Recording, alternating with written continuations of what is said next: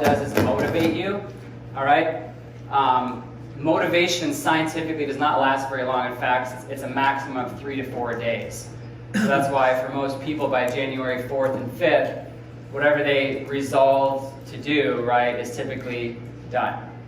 So we really want to shift from motivation and into inspiration instead. And that's is the way you become inspired is that you find a reason to leave here for a reason greater than yourself.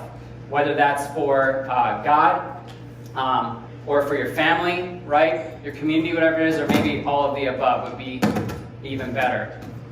Now there's a quote by Robert Louis Stevenson that he said, sooner or later, every single one of us will sit down to a banquet of our consequences. Sooner or later, every single person sits down to a banquet of consequences. Now the question is that what banquet will you be sitting down to? What banquet are you maybe currently sitting at? Because as I have to teach my daughter and my son a little bit, although mostly my daughter right now, that consequences are a result of our choices. But we sometimes have this thought that all consequences are negative, right? But consequences are just a result of any action, and they can be good consequences as well. But you have to realize that sooner or later, the decisions that you've been making about your health, you will sit down to results of that. So our mission, and really in true transparency, it's easy for me. Like my life has gotten pretty routine, pretty, in a way, comfortable. Like I go to work, I adjust patients, right, and I go home for my family. Just kind of easy stuff. And what happens is that when life is easy, and I know some of you that follow me on social media, you saw me post this not that long ago, but when your life gets comfortable, it can become easy to forget the sick and the suffering and the other people that are hurting, right? And I don't just mean physically, I mean emotionally too. So our mission is to lead a health revolution as the compelling choice for chiropractic and holistic healthcare, and help as many people as possible, both near and far, live to their God-given potential. That is our mission. And I had a come to Jesus moment about a month ago, and got back on track with that. Okay, so that's where, today, we're going to be spitting some major fire. Hopefully I can fix my scratchiness here, but if not, it's all good. I'm going to be spitting some major fire here to get you guys lives changed. And I want to get a show of hands here, all right? Who's sincerely ready to see their life change with their health? Say aye. Aye. Yeah, good. So the other thing is that realizing that there are sick and suffering people, right? The current stats is that 1 out of 2 Americans will die of heart disease. 1 out of 3 people will get cancer, and that's soon to become 1 out of 2. 1 out of 4 people will get diabetes. 1 out of 4 people will also develop debilitating, disabling arthritis. And 1 out of 3 of us, 1 out of 3 people in this room, whether we want to admit it or not, will die with dementia or Alzheimer's, literally forgetting not only who we are, but also our loved ones too. And I don't know about you, but that is the last way I want to go out of this planet, is not even knowing who my loved ones are around me as they're watching me take my last breath. But 1 out of 3 of us in this room, that will be the reality. And so, and that's the people that are in your family, the people that are in your church, right? The people you go to work with. The same stats apply to them as they apply to you. Just because you're hearing it and we're making you aware of it, it applies to them as well. And so part of our mission too is to enroll you guys on this mission and realize that, unfortunately, there's about 100 and some plus people here in this room right now, but there's how many hundreds of thousands of people here in the triangle that right now they don't know this information, or they're choosing to ignore it, or they're ignorant, whatever it is, right? But they're choosing to just allow whatever happens in their life happen to them. I'm not okay with that. So part of what today is it's like when you're on the plane, right? And it's like if the turbulence or whatever and the masks drop down, you have to put your mask on first before you assist others. So that's where we start today. But after that, then you go help the people next to you. And that's what today's about as well. So just a little bit about me for those of you that don't know me. And I think there's maybe, some of my patients may not even know this kind of full little background of how I got into this. But I was actually dramatically helped by a chiropractor, okay? When I was 15, 16 years old, I had a major neck injury, and when I was playing basketball, and after my parents tried physical therapy, muscle relaxers, Advil, Tylenol, PT, and all that kind of stuff right there, it didn't go away. So finally they were like, well, I guess we'll go to the chiropractor, right? And I had never even heard of one at this point. But another interesting thing too was that I was suffering from debilitating allergies. So I remember my parents would buy Nasonex, okay, by the carton. Like literally like from the pharmacy, they would like buy it like 20 bottles at a time so they would get a better discount on that, right? So, because I would go through like an entire bottle sometimes in a day, right? So I don't know if anybody's ever suffered from allergies or does, but I remember there would be times I'd have to squirt that stuff so much I would actually taste the Nasonex in my mouth, the medicine, which is kind of gross, really. But that's what I would do just to be able to survive and get through the day. And so I go to this chiropractor, he explains to me, adjust my neck, and my neck pain actually went away very quickly, which was obviously great because I got back to playing basketball. But the interesting part is that a few months later, when allergy season came around, I actually remember distinctly one morning waking up, the Nasonex would sit on my nightstand right here, and because the first thing I would do is I would grab it and I would like, squirt, and like that was my like cue to start the day. And I went to do that, and it was like, whoa, I can breathe, right? And it was in that moment when I decided to become a chiropractor, and really, because at this point my thought process was, well, if it can help with neck pain and it can help with allergies, there's a lot of people that have that, so let me just go ahead, and that seems like a good business, so we got into it. But throughout that process, then I just really became obsessed with healthy living, healthy eating, and now actually the cool part is all three of these degrees, the functional medicine, doctor of natural medicine, diplomate in clinical nutrition, will all be completed by the end of this year too, which is pretty cool. I'm pretty proud of that. Thank you. But part of this mission process too is realizing that there's just no way that we can do this alone. That I can do this alone. And so I've been blessed that over the past couple of years been able to add two literally world-changing talent as far as doctors go. And one of them, Dr. Vivian's been with me now for, is it 3 or 4 years? 3 years, right? Yeah, 3 years, yeah. But she has gone on since graduation to become a pre- and postpartum specialist, meaning taking care of women that are pregnant, trying to get pregnant, and even after they get pregnant.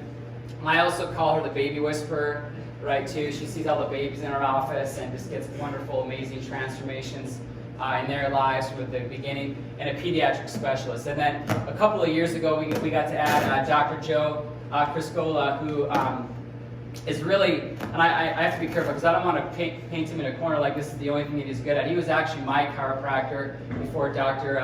V came around. And it's really, I've been adjusted because I have 43 chiropractors in my family. I've been adjusted by well over probably 200 chiropractors, and he's easily in the top 1% of chiropractors that I've ever been adjusted by too. So, but he's really a fitness and a movement specialist. Not too long ago, he placed 3rd in the country in his age bracket for Spartan races and just really extreme fitness challenges, which is, unbelievable.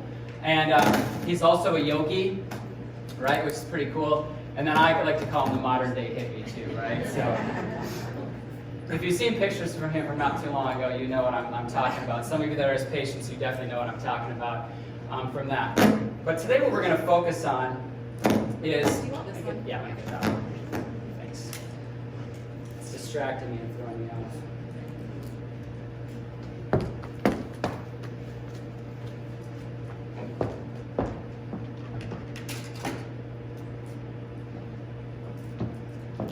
There we go. I'm going to turn this one back up, Dr. Joe. Thank you. Much better. All right, so what we're going to be focusing on then is the 5 essentials today. And I want to really hammer this for a few minutes because this is how and what we apply to our patients' lives when they come into the office, okay? And really they're called the 5 essentials because each and every single one of these aspects of your health are critical and vital to healing. No matter what you have. If you have Alzheimer's coming in, if you have cancer coming in, if you have diabetes coming in, if you have high blood pressure, whatever your health is at, you have to realize you need to apply these 5 facets to each and every single one of those problems. even know if this is on. I might just be yelling. It's all good. We can probably hear you. Yeah, I'm good. I think I can talk loud. I think I can talk loud enough. So, now if you look at in the middle there's core chiropractic, okay? And why do I say that? Not just because I'm a chiropractor, it's not just because I'm biased, but as you'll learn in a little bit, that the health of your neurology is 100% paramount to the health and function of your body, right? Health cannot exist in a body that does not function well. So we start there, that's why it's in the center. But we also, you apply and you look at how is my nutrition?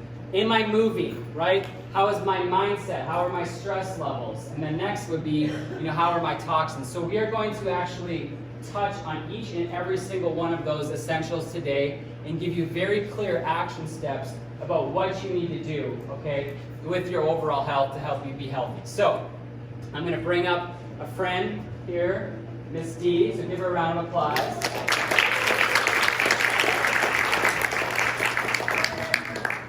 So I want to introduce her because the cool part about this is that she was in our seminar a year ago. Literally a year ago, right? And I'll never forget because you came into the office afterwards and you were super excited, right? I was excited, you were excited, we were all excited, right? From that. And, for various reasons, we didn't really start the process right then and there, right? But you were like, I'll be back. And I've lived in the South long enough now that I know for the most part when people say like I'm going to think about it or I'll get back to you, that's really, the polite way of saying peace out, right? So I don't judge anymore. I used to be like, okay, I guess they're going to think about it, and then I call them up, did you think about it? And they're like, oh no, actually, whatever. So but anyways, she was true to her word, and she came back, right? And so now we've been working intimately now for a little over 6 months, right? And I just want you to give people a little bit of a glimpse back into your life and your health, about a year ago, what it was like, and then we'll go from there. So just describe a few things about your health back then. About a year ago, I was about 20 pounds heavier. Okay. And I was in a lot of pain in my hips. I was diagnosed with like an onset of arthritis. And I wasn't moving really at all. I had stopped going to the gym because it was just too painful. I just didn't feel I could do it well. And even just moving around the house, cooking and everything. And I just felt out of sorts. Yeah. And I wanted to do something about my health. How are your energy levels? Oh, I didn't have a lot of energy. I felt, positive and everything, but I just, but I wasn't doing as much. And I kind of was getting sick of myself, but just sitting there, I gotta do something and then not doing anything, that kind of thing. So we didn't rehearse this, by the way, so I'm actually just playing out her, which is great. So did you hear what she said? She got sick of herself, right? At a certain point, you need to become flat out disgusted, right, with where your health is, because guess what? That's how you'll change, right? If it's like, nah, it's okay, if you're kind of just like, I can deal with this, like, you're never going to change, right? There has to be enough pain, either physically or emotionally, to stir you to action for that. And so now as we fast forward, she already said part of it, how much weight has she lost? 20 pounds, right? And how are your pain levels? Well, pain levels, I still have a little issues, but I can move more. The ease in being able to move, I kind of took it for granted. Yeah. Especially like I said, like cooking in the kitchen, and then all of a sudden you're able to grab things and move things. I felt like I wasn't moving before, but now I'm going up and down the stairs. It's really exciting. Yeah. To feel your body react in a positive way to what you're doing. And I think you can tell that, unless you drink 2 pots of coffee, her energy levels are also right where we all want to be, right, too. So do you have any, just like a brief word of wisdom for anybody that's sitting here, even if they sat in a seminar before, as far as like just any words of advice? Yes, well, the biggest thing I would explain, I see my girlfriend here, she's the one that brought me last year. Yes, and share what you know, because it works, right? And do it, most importantly do it, because once you start doing it and going through the process and coming every week and seeing changes and seeing your energy come back and seeing your movement and everything, it becomes infectious. Yeah. It takes over more than just your physical. You just feel happier, you feel like you're doing something. You know, because a lot of times we get stuck in not doing. And when you're actually doing something and you're doing something that you're consistent with, and then you meet friends and you meet people and you build relationships, Yes. it's the whole package, That's not awesome. just one. Sounds good. So what I'm going to give her, because public speaking, most people would rather be dead or have the story about it than public speak. So this is one of our bundles that we'll talk about today. I think that's So mindset, and that's why I wanted to kind of kick off with her too, is because if you noticed, the number one thing that she corrected or changed when she was sitting in her seat that day was her mindset. She got her mind changed and transformed. She renewed it, right? When we look at the Bible, by the renewal of the mind. Now, what I want to talk about, I just actually finished a couple nights ago this book on survivors, and it was. I kept reading the book, and there was parts that I'm like, this is amazing, but then he also would like talk about people that died, and sometimes very gruesomely. And so part of me, I was like reading this, and I'm like, I don't know if I'm enjoying this book, or it was like kind of like watching a train wreck a little bit. But one of the last stories that he talked about was, you know, people that climb mountains, and I am like probably the least adventurous person in terms of like outdoorsy stuff, right? So for me, it is like just flipping crazy that people would literally risk their lives, like, to do something like climb Mount Everest, or I don't even do the Appalachian Trail. I guess that was not adventurous, okay? But what he was doing, he was talking about in the situations when people are put in extreme situations, why some die and why others survive. And he said some very interesting things. And I don't want to do too much on this book, but what he said was, he's like, you'd think that the most trained people, like the Rambo type, he specifically said, would be the people that make it through. But the interesting part is, he said, usually it's the Rambo types that die the fastest, right? Because they have just so much confidence in themselves, right? They think, and then they hit one barrier of challenge and they just fall apart and die in these cases, right? In fact, there was a story where a plane of 20 people crashed in the Amazon jungle, right? And there was one 13-year-old girl on the plane, and the rest were adults, right? And all of the adults just sat and waited around the plane, and the 13-year-old girl just didn't feel right about that, so she literally set out to the jungle. Well, all 18 of the adults died, and the 13-year-old girl was the only girl that made it out after going through the jungle for 13 days. Isn't that crazy? So you would look at it, she would be like the least likely person to survive, and give all these excuses for that, but she made it. Now, why are we talking about this? If you see this red line right there, okay, there's a physical line on Mount Everest and other mountains like it that's called the death zone. All right, it's a physical line, meaning that what it is that when you cross over that line, as you literally, your body begins to die. That there's such a change in the oxygen and just the atmosphere that from the second you cross over, your brain and all of your vital organs, your extremities begin to slowly decrease in the amount of oxygen that those things are receiving, which means that they're dying, right? And the interesting part about the death zone is that these changes are not felt, right? In fact, if there wasn't a physical line, they had to make this in more modern times because they found a significant change there. You don't know that you're in the death zone. And so what will happen is, right, all these people will come and they'll hire these little Sherpas, right? These people, they'll hire these guides, okay, to take them up the mountain, okay? It's kind of weird. I didn't actually practice this on. There we go. And these Sherpas, right, they're born at very high altitudes, so they have the ability to stay in these climates and at these elevations way longer than the rest of us. They're just genetically hardwired to be able to do that. And so what will happen is there's different stages of climbing this mountain, right? There's like a base camp, and they go through 5 stages, and then they make a push for the summit, right? And even if you hit the summit, you can actually only stay at the top for 20 minutes before you have to go back down. But what will happen is they'll have these expert Sherpas, typically, you know, Sherpas that have climbed for 20, 30, 40 years of their entire lives.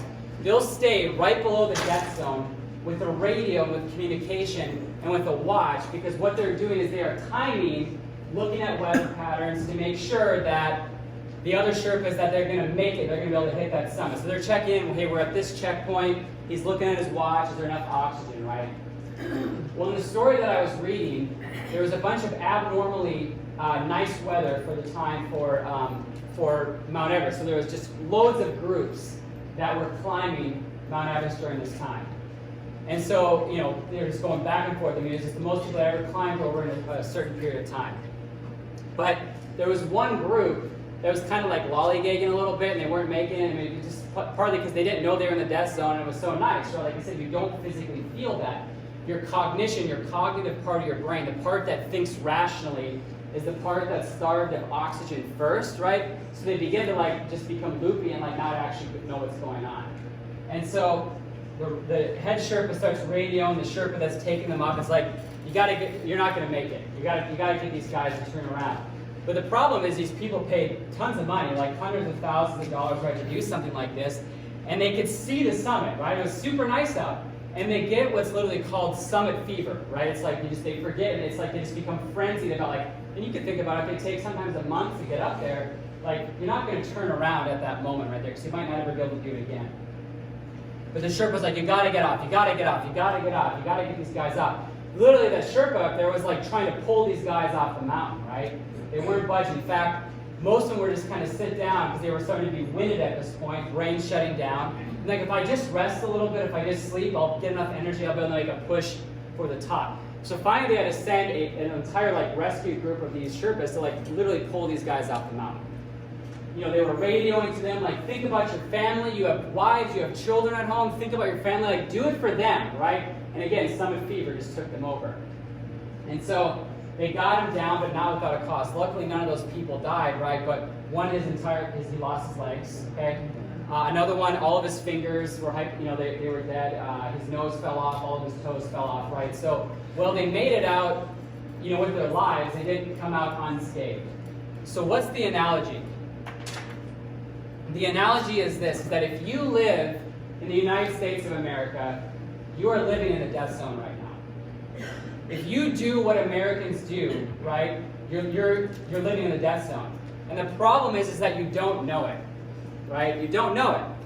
We just keep kind of living our lives day by day, doing all the things that we think are comfortable, right? We have all these, you know, parachutes and barriers to kind of rescue us, right? But we're living in a death zone. Right? I went over all the stats at the beginning. That's how we know that that's where it is, right? Like I said, 5 out of 6 of us in this room will get either heart disease or cancer. 5 out of 6.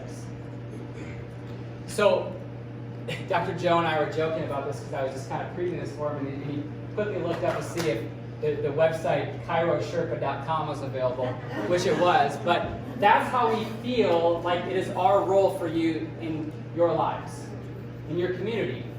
It's to wake you up and realize that you're in the death zone, right? It's to pull you off the mountain and realize you got to get out of this death zone right here. And hopefully, most of you will be able to get off of it in time where you're relatively unscathed. And that's what we're going to talk about today, is to help you do that. So next we're going to go over is minimizing toxins. And by far and away, the number one toxin that is permeating your life, every single one of you in this room right here, is technology. What, really, tech is toxic? Absolutely it is. It's toxic to our spines. The average American spends a minimum of 11 hours per day with technology. 11 hours. That's minimum. It's damaging our spines, right? Being hunched over like that. It's damaging our eyes physically, right? It's damaging our brains as well. Like, it's literally rewiring our brains right now, creating anxiety, depression at rates that we've never, ever seen before. So you have to really make a pact and just realize that although it's unescapable, right? Technology is unavoidable. I'm not saying throw away your cell phone. That's not realistic. But you have to start actually setting barriers with your tech, all right? The way you reduce, you know, it's tough to eliminate toxins, but you reduce them, right? Maybe you at least start by not using technology in your bed. Like no phones, definitely no computers, right? and start sort of rewinding back the time that you're accessing technology, and at least give somewhat of a barrier and a buffer. Maybe it's not the first thing you look at when you wake up, right? Maybe you look at the sunrise instead, right? Instead of all that harmful blue light coming off of that toxic device that is basically, I mean, it might as well be like, you know, that microphone that's like, we might as well start taping it to our faces, right? Because that's how often we use it, or like just sewing it onto our hands, because it's there all the time. So we got to start detoxing for tech. Now, on different types of toxins, the toxins that can enter our body, okay, there's one that is really superior for the removal of those toxins. And I teased many of you on my social media. In fact, I had to shut off the notifications on my Facebook because so many of you are commenting on what you thought this magic supplement, magic pill was, and I was just getting annoying at that point. So I shut it off. I actually shut the post down, right? And literally out of 198 guesses, only one person got it right. Should I skip it? Just kidding. So it was activated charcoal or activated carbon. So here was the research study that I came across. So this was done in animals, and they found that small amounts of activated charcoal or activated carbon on a daily basis, okay, they were actually doing a test on it to see if too much activated carbon or charcoal could kill the rats, kill an animal, right, or a human for that matter. And what they were surprised about was that when they were administering these doses to the rats, is that it actually caused their lifespan to increase anywhere from 20 to 47%, which for some of them they actually lived twice as long as a control group rat, which is crazy if you think about that, right? And what they found was that the effect on the lifespan is mainly due to the attenuation of age-associated increases in oxidative stress. So oxidative stress is what ages us faster. It leads to inflammation in our bodies. It basically destroys our cells and our DNA, right? So they found that activated charcoal actually was able to bind and reduce to things in our body, in our gut primarily, that would cause that type of damage to happen. And the amazing part about is that, I mean, activated charcoal is like one of the literally cheapest things that you can get, you can do. In fact, I took a little, some of you up here saw me, I took a little bit before I started this talk here too, just because it helps remove toxins in the gut, which is pretty cool. Now, one of the products that is on our shelf, because I kept getting the question, is it on our shelf, is it on our shelf, is it on our shelf? I'm like, yes, it's on our shelf, okay? But it's in kind of a bundled thing, which is our detox system. Now in our detox system, it's a two-part system. It has a cellular detoxification component, and then it has a body detoxification component. So how this works is that the cell detoxification component, its job is to remove toxins from our cells, and then the body detoxification component's role is to bind those toxins in and make sure they don't get reabsorbed. There's a whole slew of ingredients in there. I'm not going to go over all of them, right? You can see very clearly on here that there's activated charcoal, right? Also some psyllium husk and flaxseed powder. Those are all also binders of toxins as well that helps to remove that out of there. But I was looking at, and I just did a quick Amazon search because I was curious. So I didn't even necessarily find the highest quality sources for these ingredients on there. But if you were to get and basically have an individual supplement for every single one of the things that are listed on there, that you would see that combined, like to take all this stuff in a day, right, versus like a couple capsules, it totally would be over $200. So some really smart scientists that work in our Max Living, network figure out how to get that all stuff together to work synergistically, right, so it can remove toxins from our body. But again, you have to remember, we live in the death zone, right? And part of living in the death zone is the exposure of toxins that we have on a daily basis. Each and every single one of us here, at a minimum, will be exposed to over 350 different toxins today. And that's even if you're like trying to avoid it. You're like, I'm one of those crunchy people, right? And I don't like use. You're still exposed to those things because they're in our environment or the people around us too. So cell detox system is a great addition to add in. Even if you just do it intermittently, right, for that. Or at the very least, I mean, you can buy a bottle of organic activated charcoal on Amazon for like 15, 18 bucks, you know, for a couple months supply. It's literally pennies a day, really, or nickels a day in order to take that and get those benefits. Is it going to double your lifespan? Probably not, right? Is it going to help you be healthier and help you live longer? According to the research, the answer for that is yes. So next I'm going to bring Dr. Joe up, and he's going to talk about oxygen and movement, right? And really, like, I couldn't edit this slide the way that I wanted to because I'm really actually sick of the word exercise. It's got such like a negative connotation now, unfortunately, in our society. So, like you say exercise, and 80% of your brains are going to shut off right now, all right? Because they don't want to do that, all right? It's like, well, it's more about movement, right? Because I know you all want to move. I know you all want to chase after your grandkids. So, help me welcome to the stage Dr. Joe. Everybody. All right, so guess what we're going to do? We're going to move, so you can put your notes away. Come on, stand up. First of all, I want you all to give yourself an applause. Okay? Do it here today. All right? Give yourself an applause for me. Come on. Come on.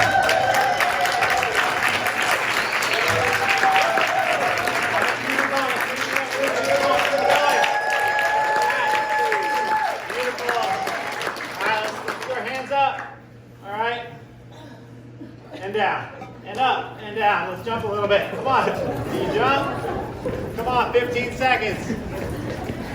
Come on, keep it going. Sounds looking good. 5, 4, 3, 2, 1. All right. Excellent. You feel better? Yes. See, a little bit of movement.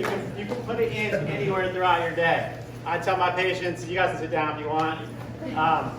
I tell my patients I do little things like every time I go to the bathroom, I do 15 squats.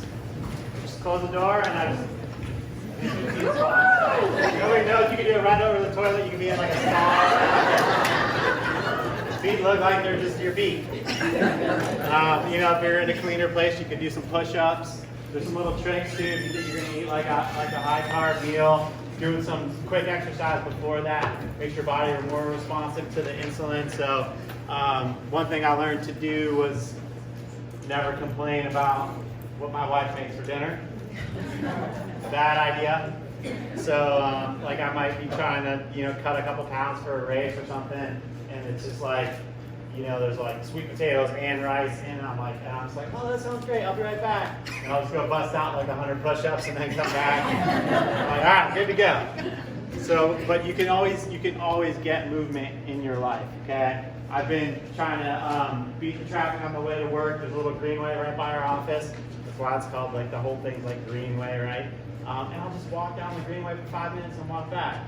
And I get to work earlier. I beat the traffic and I get a quick 10-minute walk in. There's little things that you can find, little parks by your office, places like that. You can get out and move throughout the day. You don't have to have just 1 hour set to exercise a day. You can do little things throughout the day to add up, right? If you did those 20 squats every time you went to the bathroom, you might end up doing 100 squats a day every day, right?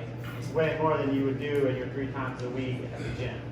So just think about how you can add in movement, because unfortunately we're stuck in this.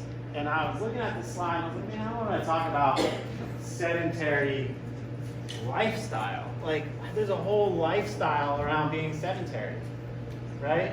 Like, that means we wake up, we get out of bed, we sit in our car, we get to work, we sit down, sit in our car, we get home, we sit on the couch, we go back to bed, right?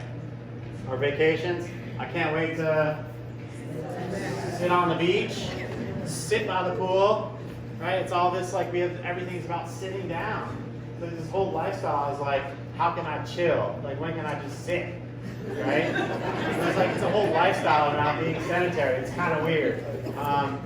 And like, obviously, there's a lot of negative stuff about being sedentary, right? When we talk about the death zone, this is the death zone right here, right? We have to move our bodies. We talk about it's actually a genetic requirement to move our bodies, right? Like, we need to move. Movement is life. It's going to bring It's going to activate our cells. It's going to bring oxygen into us, right? If we were to all take your heart rate while you guys were jumping up and down and moving your hands, your heart rate would have went up. When your heart rate goes up, your breathing rate goes up. You breathe, you bring more oxygen into your cells. That's life, right? We often try to overcomplicate our health, and there's only 5 essentials. They're really simple, right? They're basically the things that keep you alive, right? You have to be able to breathe to stay alive. So guess what? Breathing more, you're healthier. You're more alive. And even just like deep breathing exercises is movement, right? So if you feel like you really can't do much more than just take 10 deep breaths, take 10 deep breaths. It's movement. It's going to bring oxygen into your body, right? So we have to move, and we have to move regularly, right? And we can make the change. It's never too late to start, okay? It's like let's talk about why people don't start adding. Well, of course, if we call it exercise, like Dr. Barnes said, it seems negative, right? But like, why would somebody not start doing the 20 squats in the bathroom? Someone give me a reason. Yeah. Scared of pain. They're scared of getting hurt, right? Anything else? Lazy. These don't sound like great reasons, right? I don't want any of you guys to make these excuses like, I don't know how to exercise, I don't know where to exercise, I don't have a gym membership, I don't have time, I don't have money, I don't have the right clothes, the right shoes. Those are all excuses, right? I don't want any of y'all to have any of those excuses anymore. Just erase that from your vocabulary. Start today adding something simple to your life. Something simple. Quick walk, deep breathing, 20 squats, whatever it is. Toe raises, something really simple. Okay? Just do this. Like you can do, like a lot of you guys, how many of you guys do your spinal rehab at home? Oh boy. All right, well I was going to say you could add into that. Not 5. So you can link it to something that you already do. You see how like I linked that quick walk to my work, right? Or I linked the squats to go into the bathroom. You link something that you already do all the time with something that you want to add, and you don't have to find a new time to do it. It doesn't have to take a new place in your schedule. Okay? So it's never too late to start. We can all start. Like I was saying, you can build healthy habits through exercise. If you're moving more, you're probably gonna be thirstier. You're gonna be drinking more water. You might be a little more tired at the end of the day, so you'll probably go to bed earlier. You'll sleep better, right? So you see how this will start to snowball in the right direction. We start to build healthier habits, right? And that's what it's all about. It's like taking one thing and just stacking it up on top of the next. Okay, so I'm excited for y'all to start adding to that. A lot of you guys know that I started a spinal mobility class at the office. We do it once a month, and we're going to add on to probably do it more, but it's definitely like one of the things that I'll teach there is keeping it really simple, like how to warm up before you exercise so you don't get hurt. Like somebody said, they're afraid of getting hurt. If you do 3 to 5 minutes of simple warm-ups before you start your exercise program, you're not probably going to limit the possibility of getting hurt. We do something called the posture fix. So we can actually fix our posture with 4 or 5 simple exercises, included with obviously getting adjusted. But if you're doing these 4 or 5 simple things, so we go over the posture fix, and then we go over individual muscle groups, how to stretch out your neck and your low back and your legs and your shoulders. So we do that once a month at the office. You can sign up at the tables. There's a little slip in your packet, when you're at the office next time. So we'd love to have you for that. Thank you. And back to the regularly scheduled program.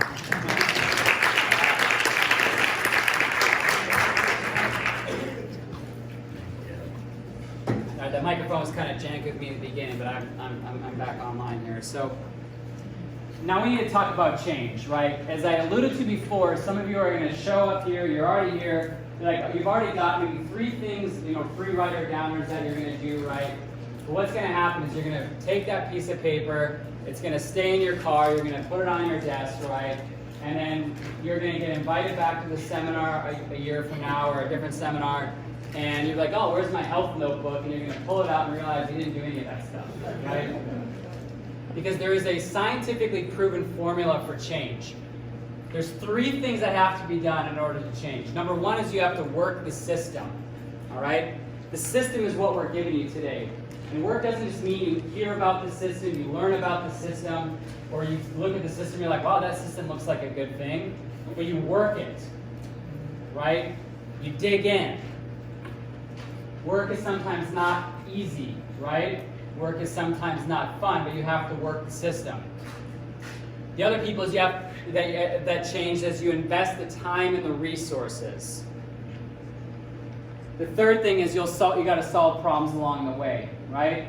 As Dr. Joe was just talking about, and some of you said, like, oh, I get pain when I do squats, right? Well, guess what? That's a problem that you're going to encounter, but are you going to let that problem stop you, or are you going to figure out how to solve it? So people that don't change then, they're the ones that resist the system. You're going to find all the excuses to not make the changes. And I hear them all the time. I don't have the time. I'll do it later. Too busy. Too much money. Right? You resist the system. Along with that, then you begin to resent the time and the resources. Maybe you start and you're like, oh, is it really going to take this long to lose the 50 pounds that it took me 70 years to put on? Right? Like, oh my gosh, it's been a year, I've only lost half of that. Give me a break, right?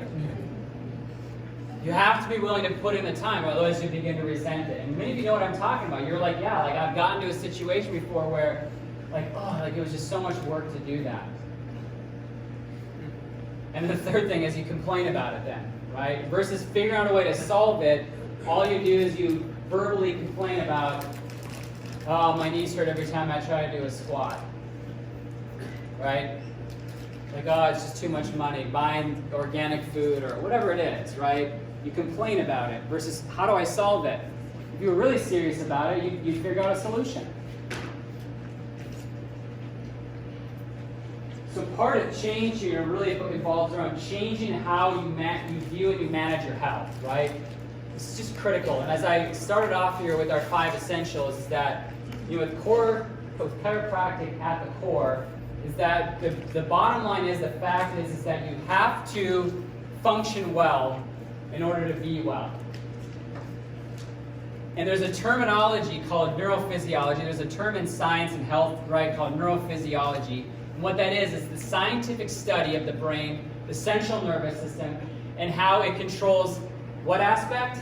Every aspect of our health and perception of the world. So we sometimes think about our nerve system only about what we can feel, what we can touch, what we can taste, right? How we move, right?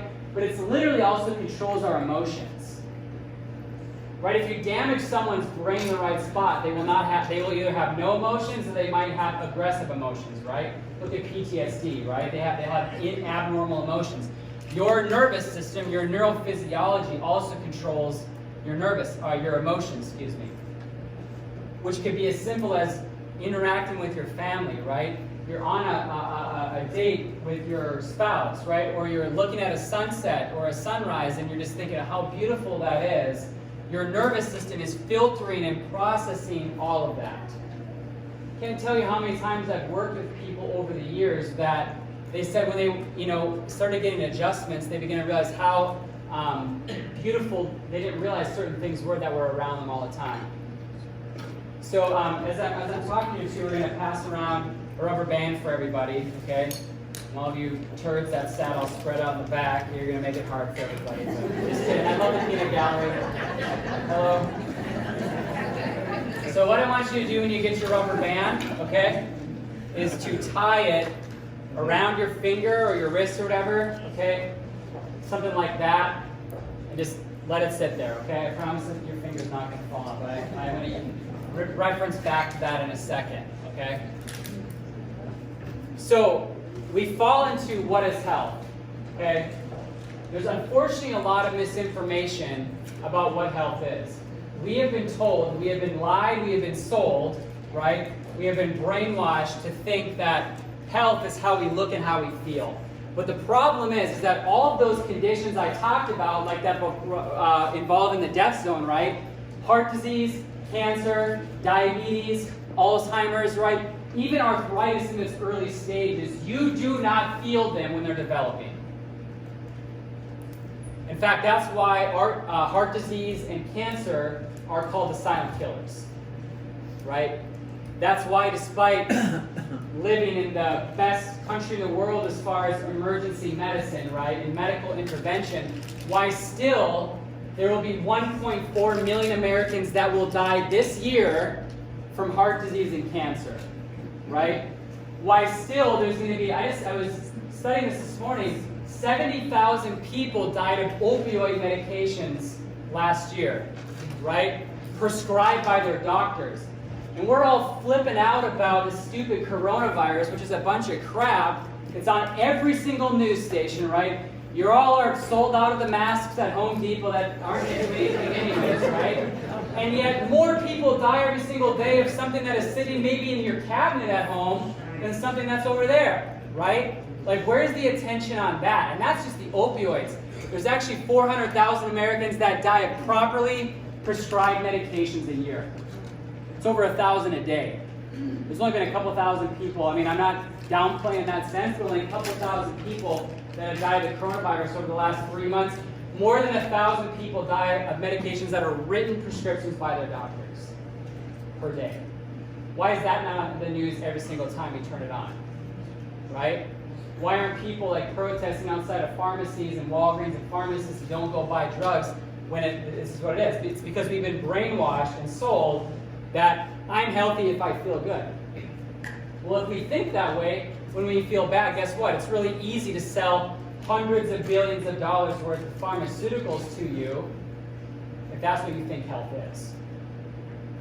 But health is about how we heal and function. So as we said, it's the neurology of our body, the nervous system, that controls everything. It tells the heart to beat, the lungs to breathe, your stomach to digest food. Oh, and by the way, if you want to have a strong immune system and not die of the coronavirus, well, guess what controls your immune system? Your neurology does, right? It's your neurology. So there can be 3 ways that your neurology can be interfered with, okay? So especially if you're a guest, so these would be 3 good things to write down right now. So the first area is going to be your brain stem, all right? That's the area that physically connects your brain to your spinal cord, okay? If you want to know how important that area is, you all remember Chris Reeves, Superman, right? That's the area where he damaged, okay? That's why his lungs shut down, his heart shut down. He was a quadriplegic because he had damage to that area right there.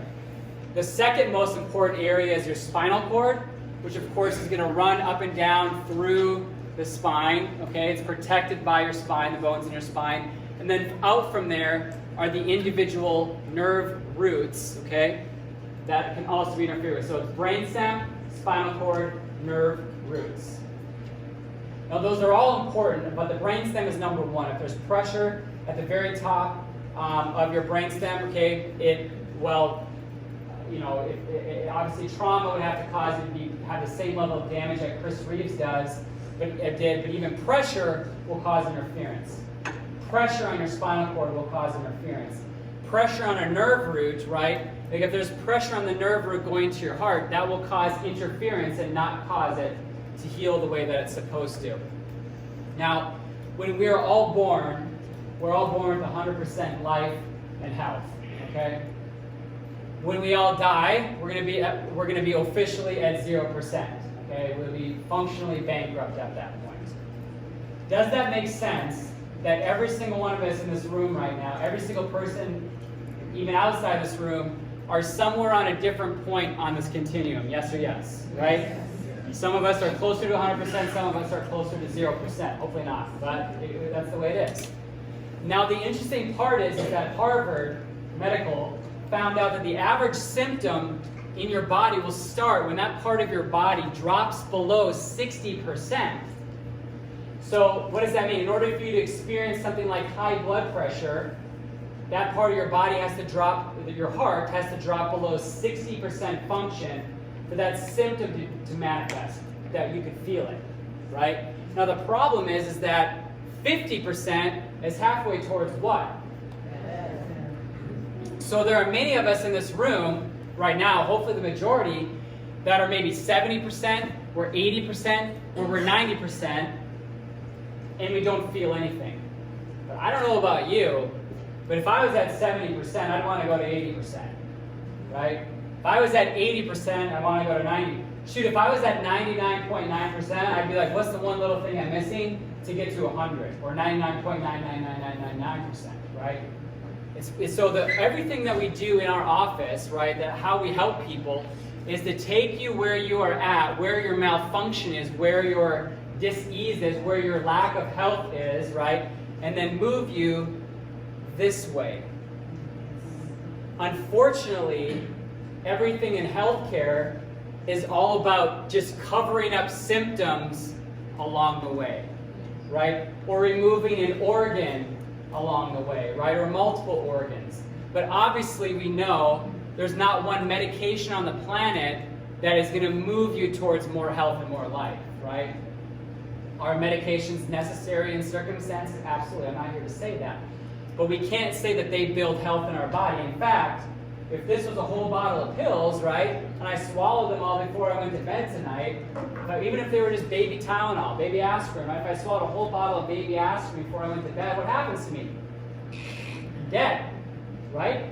Because it's going to overload my body with toxicity and kill me. So if a whole bottle of pills at once is going to kill you in hours, maybe even minutes, depending on what it is, right, then what does a few pills a day do to you? A few pills even a week do to you?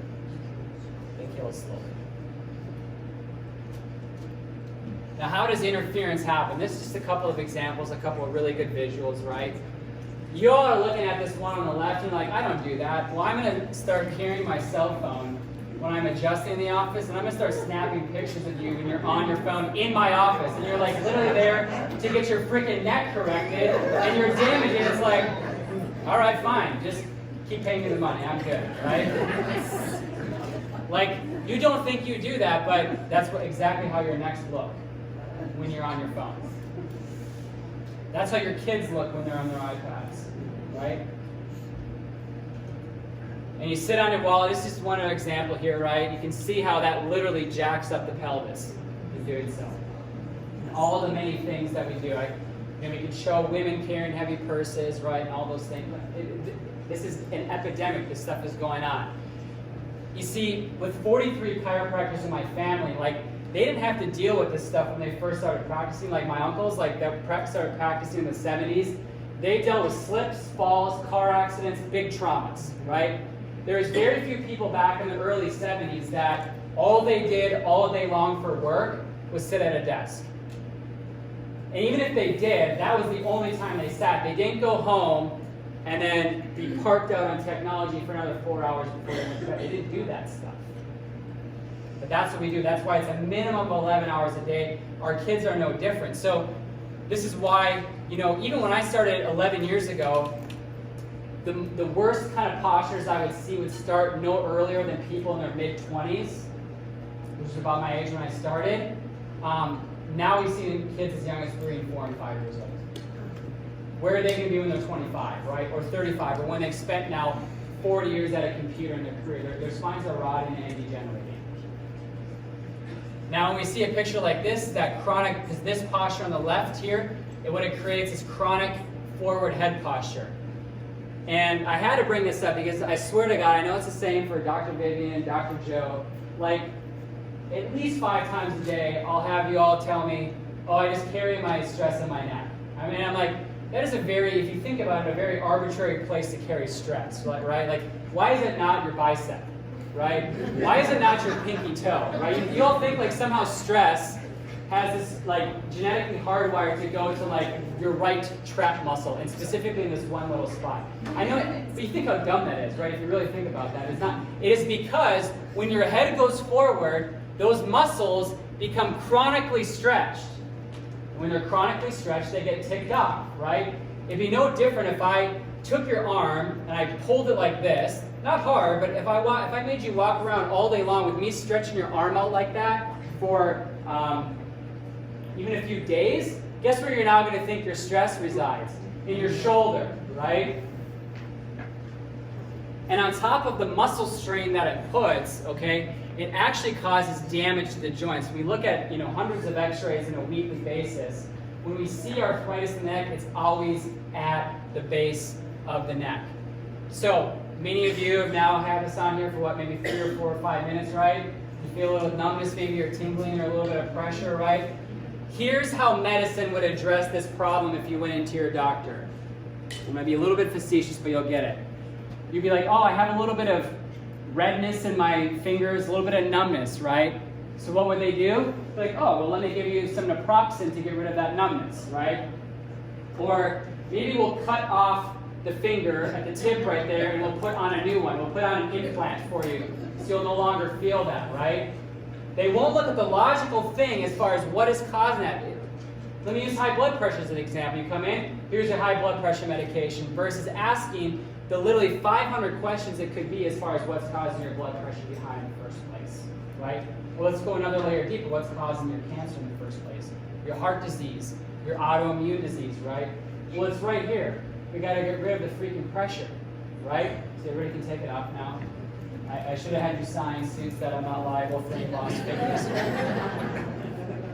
But that is what chiropractic does to those nerve roots in your body. It releases pressure off of them. Notice we didn't add anything. We didn't wipe any activated charcoal on your fingers, right? We didn't, put some expensive supplements in your finger, inject it into your finger right there, right? We removed the interference that was causing your finger to be healthy and as vibrant and as functional as it can be.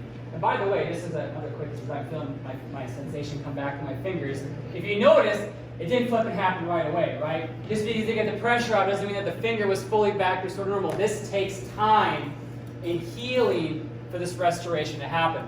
If we would have left it on there for an hour or the whole day, guess what? It would have taken that much longer for the sensation, the feeling to come back. So if we're damaging nerves, here I could go through the whole thing, I'm not going to, right? If we're damaging nerves going to your lungs, well, guess what? Your lungs might be weaker, you might be more sick more often, right? Chronic cough, tightness in your chest. If the nerves going to your thyroid gland are being impinged upon, you might have low metabolism, right? Or your hair is getting dry and brittle, your digestion's not so good, you're feeling sluggish and tired, right? If the nerve going down your leg is being impinged, it might cause sciatica. Or if the nerve going up into your head is being impinged, has pressure on it, might cause something like headaches, or sinuses, or allergy issues. We could go on and on. So the question is that what is interfering with you in your body? And remember, by the time you're experiencing these symptoms, right, what percentage has that dropped below in those areas? Below 60%, right? Now, one of the ways that we track in our office, this is something that we're actually going to be launching here, really Monday, I guess, with this, but it's computerized posture assessments. So with fancy iPads now, right, and so those of you that are patients, you'll start getting this as part of your yearly exam too. But it actually will be able to plot specific points on your spine, on your posture, compared to where they're supposed to be, and actually give us measurable data about how far off it is. How cool is that, right? So it's not only tracking your x-ray, but it's seeing, oh, like your shoulder used to be 3/4 of an inch or 3 inches higher on the left, and now it's only 1/4 of an inch, whatever that might be. Now, one thing I want to just highlight here is if you see this effective head weight right here of 38.8 pounds. Obviously, this guy's head does not weigh 38 pounds, okay? But here's what that means. The average human head weighs 12 pounds. Some of yours it weighs a lot less, okay? Just making sure you guys are paying attention. If you were to take a bowling ball, which weighs 12 pounds, you'd be able to hold that in close to your body, especially the gun to your head, probably all day long. The wrist would hurt, but you'd be able to hold it that. Even the strongest person in the room right here, if you even moved it out to like that, even with a gun to your head, how long do you think you're going to hold that bowling ball out there? Not long. It's called center of gravity, right? All that pressure and stress is going to go then on that. It's going to wear it out. That's why the base of the neck wears out faster, because the further your head goes forward, the more those joints get pressure and stress on them. Not because your head weighs anymore, but center of gravity causes it to put that much pressure and stress on it. So imagine this guy carrying 3 times the amount of effective weight on his head over his neck and shoulders all day, every day. Not to mention it increases the more you actually look down and forward right there. No wonder why our posture is being destroyed and our spines are being destroyed along with it. We also do prehab, rehab, home care in the office, okay, right? So, well, although according to Dr. Joe, none of you do your home care, right? So, I don't know why your spine still suck after 5 years of adjustments, right? Just keeping you treading water, okay? And we do pre and post x-rays, okay? So, unfortunately, I've done this long enough now where we've had people come from other chiropractors. They've come in, when was your last x-ray? You know, obviously you're under chiropractic care, and some will say never. And I'm like, holy smokes, when you went to a chiropractor, they never took an x-ray of your spine. And some will say, yeah, I got an x-ray when I first started. But I've never had someone come in from a different chiropractor, unless they were like an office like ours, that ever got an x-ray after they've been under care for a while. And I'm always just like, just to help them understand, I'll always ask a question then. Well, how do they actually know that your spine was in better alignment than after they were adjusting you for 1 week, 1 month, or 1 year? You can see the wheels like kind of start spinning. It's like, oh, it makes sense, right? Like imagine if you were going to a dentist, and the dentist, you move to a new area, you walk into the dentist, and they're like, I'm like, when was the last time you had x-rays? You're like, oh, I haven't had x-rays. He's like, okay, well, we'll just wing it and just start feeling around. You'd be like, well, that's kind of weird. Or if you also showed up at your dentist for your yearly checkup this year, even if you didn't have any complaints, and your dentist is like, oh, I'm not going to take x-rays this year, you'd be at least like, well, how do you actually know what's going on without that? So this helps to verify too the change that we're able to make in your spines, in your neurology, as we're correcting you. So here's how we get to the root cause of your health issues. Number 1, we got to do a thorough history and review of your systems, right? We got to go through, that fall that you had on your head when you were 7, right? Other doctors might not care about that, but we care about that because it's relevant. We do orthopedic and neurological evaluation, range of motion and palpation, right? That's basically seeing, like as Dr. Joe was talking about, how well your spine is moving or not moving. And then we do computerized posture evaluations and then a complete set of spinal x-rays. That is the formula for us to figure out causation inside of your body. Why is it not functioning and healing the way that it's supposed to? So this is an opportunity for our guests here. So if you're a guest, meaning not a current patient of ours, in your packet, you have a sheet that looks like this, okay? It says spine and neurological analysis, all right?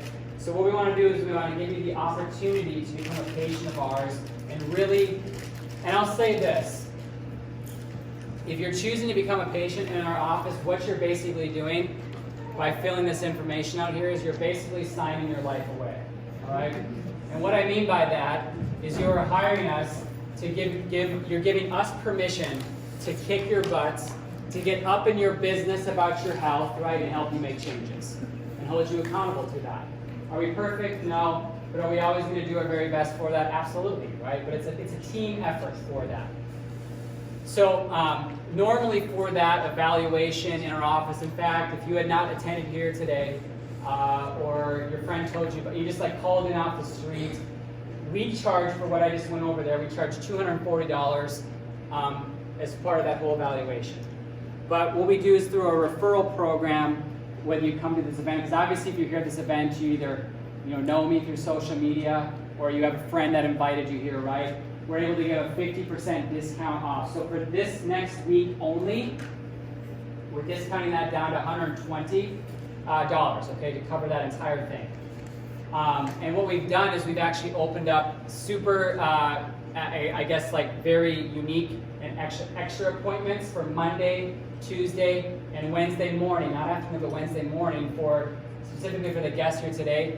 And in doing so, because we found that taking action, and the sooner you take action, the more likely you're to follow through on that. So what we've done is that if you make an appointment for Monday, Tuesday, or Wednesday morning, okay, that appointment goes down to $90 instead of even $120, right? Now, if you're like, oh my gosh, I just booked a blah, blah, blah to go play by the pool for a week and I'm going to be gone next week, just let us know that, okay, and we'll obviously make an exception for that. But what you're going to do is you're going to fill out your name at the top. Please write legibly, because many of you have very funky handwriting, like us doctors, okay? You're going to write down the names and the date of birth of the people that you want to get checked in your family, because this is not just for you, but who is this for? Your whole family, right? Or maybe not, you can just leave them at home, they're not functioning heal, that's up to you, I guess. And then what you're going to do is you're going to circle 1 to 3 appointment times on here that work for you, okay? In fact, I know that we printed the sheet on Thursday, there's already a good 5 to 6 appointment times that, I mean, we just didn't want to change it, but there's that not available. These appointment slots fill up very quickly, okay? And I'll say one last thing here as part of a takeaway is that if you're not ready to have us get up in your business and kick your butt, it's okay, you don't have to fill it out. Just enjoy this, you're going to get some good action steps, but if you're like, I know, I need you to kick me in the booty, well then that's your ticket right there to do that. And if you're a patient of mine and you're sitting next to a guest, and your guest has not pulled that sheet out yet, you can go ahead and start elbowing them in the ribs, maybe give them your pen, right? So this is a good time, let's do this, right?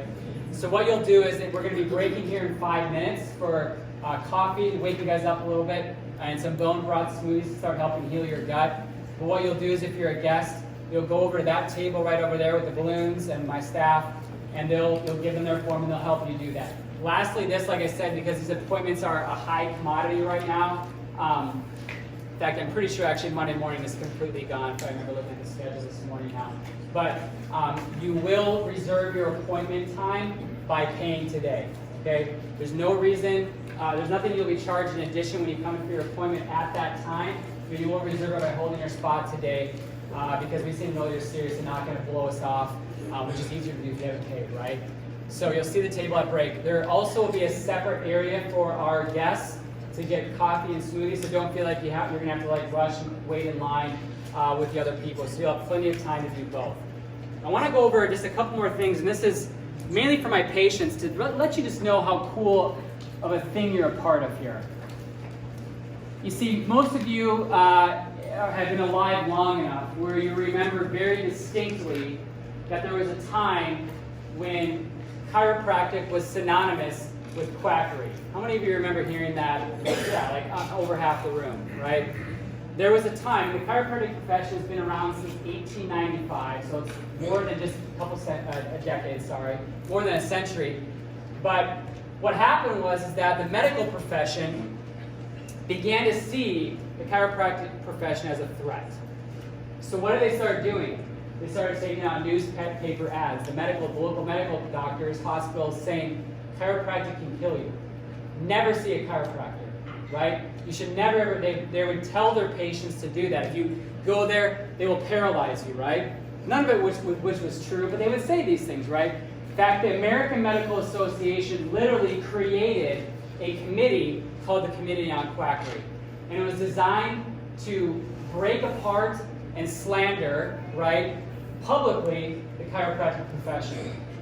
And what they started doing was they started hiring and paying off the local law enforcement in these cities to arrest chiropractors and prevent them from practicing and seeing their patients. And what they were charged with was practicing medicine without a license, right? Well, of course, the chiropractors say, well, we're not doing anything with medicine, we're practicing chiropractic, right? Well, they take them off to jail. This is a picture of a chiropractor in jail. But you want to know what started happening? Their patients literally started coming out in front of the jails and marching and protesting, talking about, these guys changed and saved my life, you need to let them out. They would go to the local law enforcement, they would put on strike, they would go to the local governments and say, what are you doing? This is what you guys are doing is criminal. They've done nothing wrong. They never gave me medicine when I came there. They just did chiropractic on me, right? They kept getting put in jail. The really funny part then is because, you know, we chiropractors are made from a different breed. We have to have thick skin to do what we do. But what happened was is that the chiropractors would start adjusting the inmates.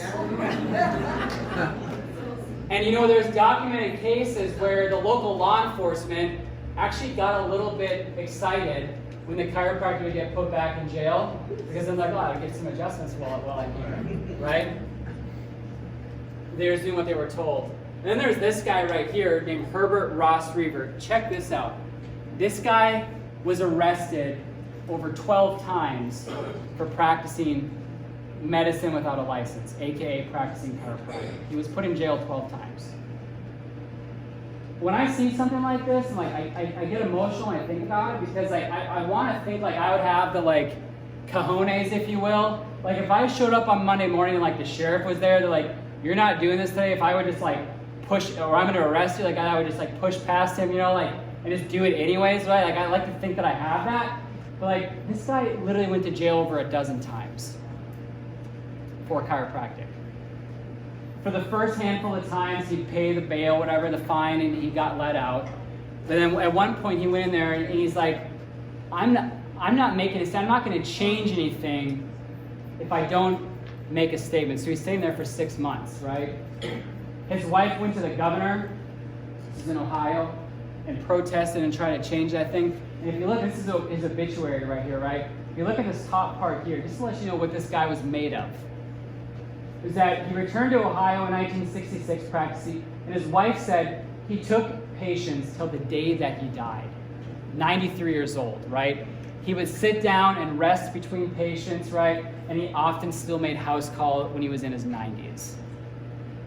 Like the reason why we are in this room today is because of people like that did not give up despite literally at every single reason to. The reason why you can be adjusted today, despite the American Medical Association trying to kill us. I mean, literally, not like brush us aside and make us irrelevant, take us out.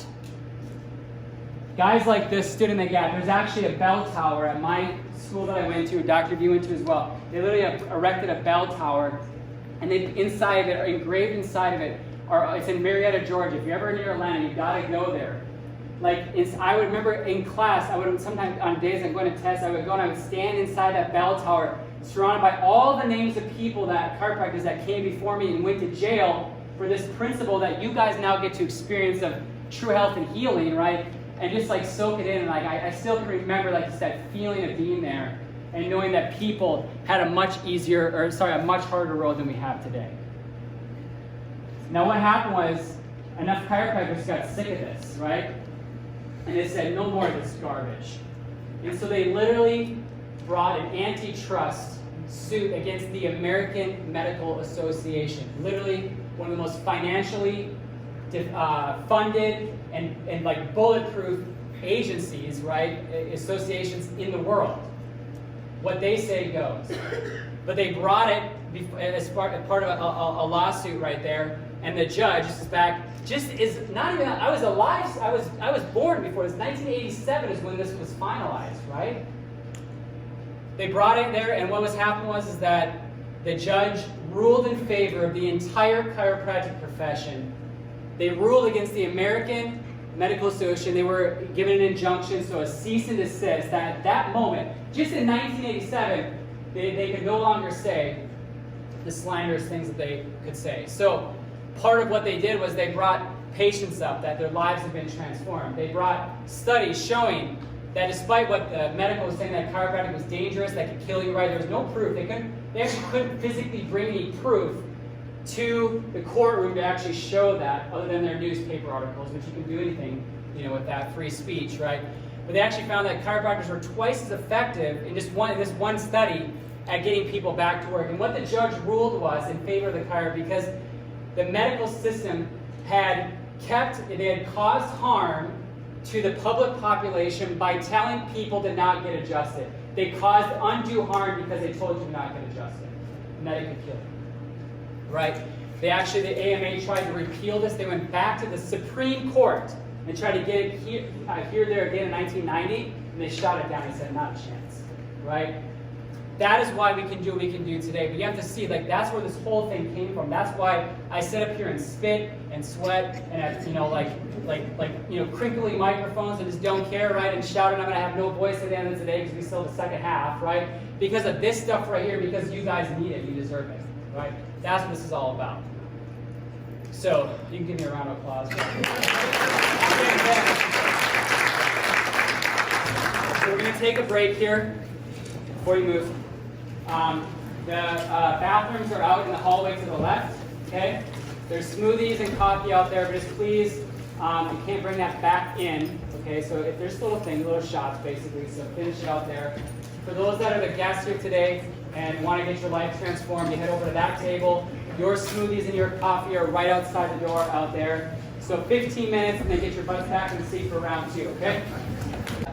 Okay. Yeah, right, exactly. But I'm saying afterwards. So this is about 5 servings of vegetables. Everybody can see that, right? Okay, so we got some, do you like broccoli? Do you like carrots? Do you like salad? Okay, perfect. All right, well, you can start there. All right. So if you don't make it to the broccoli, because I have a sneaking suspicion. Just hold on. I'm in charge here. I'm in charge.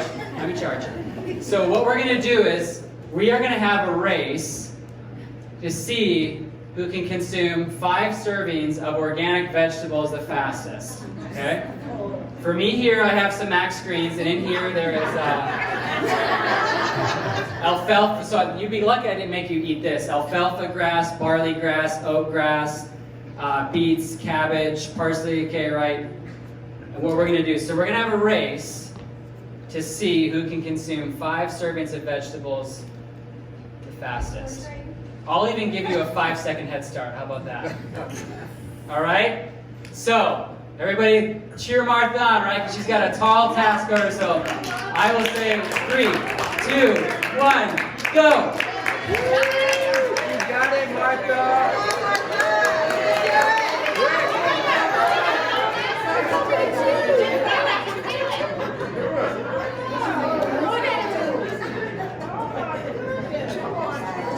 Doing great, Bunny Rabbit.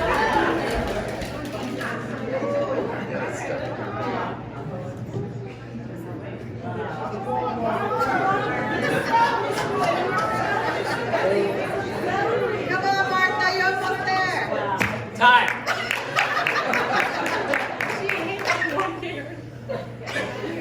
All right, give her a round of applause.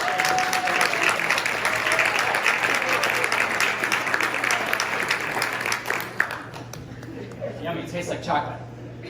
All right, so within that 1 scoop right there, there's 5 servings of organic vegetables, right? And so, why do I say that? Well, of course, we'd all be healthier if we ate 10 plus servings of vegetables a day, right? And so, but it's tough, right? Especially as we're going to talk about fasting in a second, you're going to be eating less often. So, within here we got fruit, greens, veggie blends, antioxidant blends, but the reason why I like this product over other greens products is specifically it has digestive enzymes and probiotics in it. So what I'll typically do is I'll actually drink and have a little bit of Max Greens before I eat, right? Because it helps my body digest my food more efficiently. And so I wouldn't drink as much because I just talked about water, right? I wouldn't have as much as I did there. But I have just like a little bit, and not even a full scoop, I just do that because it helps to get that body digestion. It seeds the gut with regular good probiotics on top of all the nutrition that goes in there too. So it's really just a great option if you just struggle, like probably every single one of you doing, getting the amount of vegetables you need to be eating per day. I'm going to skip this one here for time. We'll do a little video later on that you can all see the insulin demonstration because it'll really hammer this point home, right? But the reality is that every single time we eat, every single time you eat, your body has to secrete insulin to deal with it. Now that's not only if you're eating a Coke, or drinking a Coke, eating a cheeseburger, or even an avocado or a grass-fed patty, beef patty. Your body still has to secrete insulin to help you deal with that. Now, of course, as you can imagine, there are certain things that require more insulin than others, right? Basically, the quantity of which it raises your blood sugar up is the quantity of insulin that has to be secreted by your pancreas to bring it down. Your body cannot burn fat, your fat, if there is insulin or large amounts of insulin going on in your bloodstream. It is physically incapable of doing that.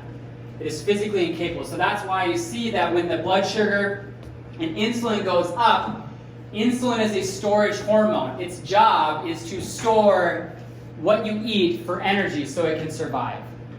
It doesn't know that you have too much blah in there that you don't want, right? It's still going to do that indiscriminately, right, based on how much you eat for that. The only way to get down into a fat-burning mode there is for your insulin and your blood sugar to go down. It's the only way to do it. You cannot lose weight when your insulin is up in your bloodstream. It's impossible. Physically impossible.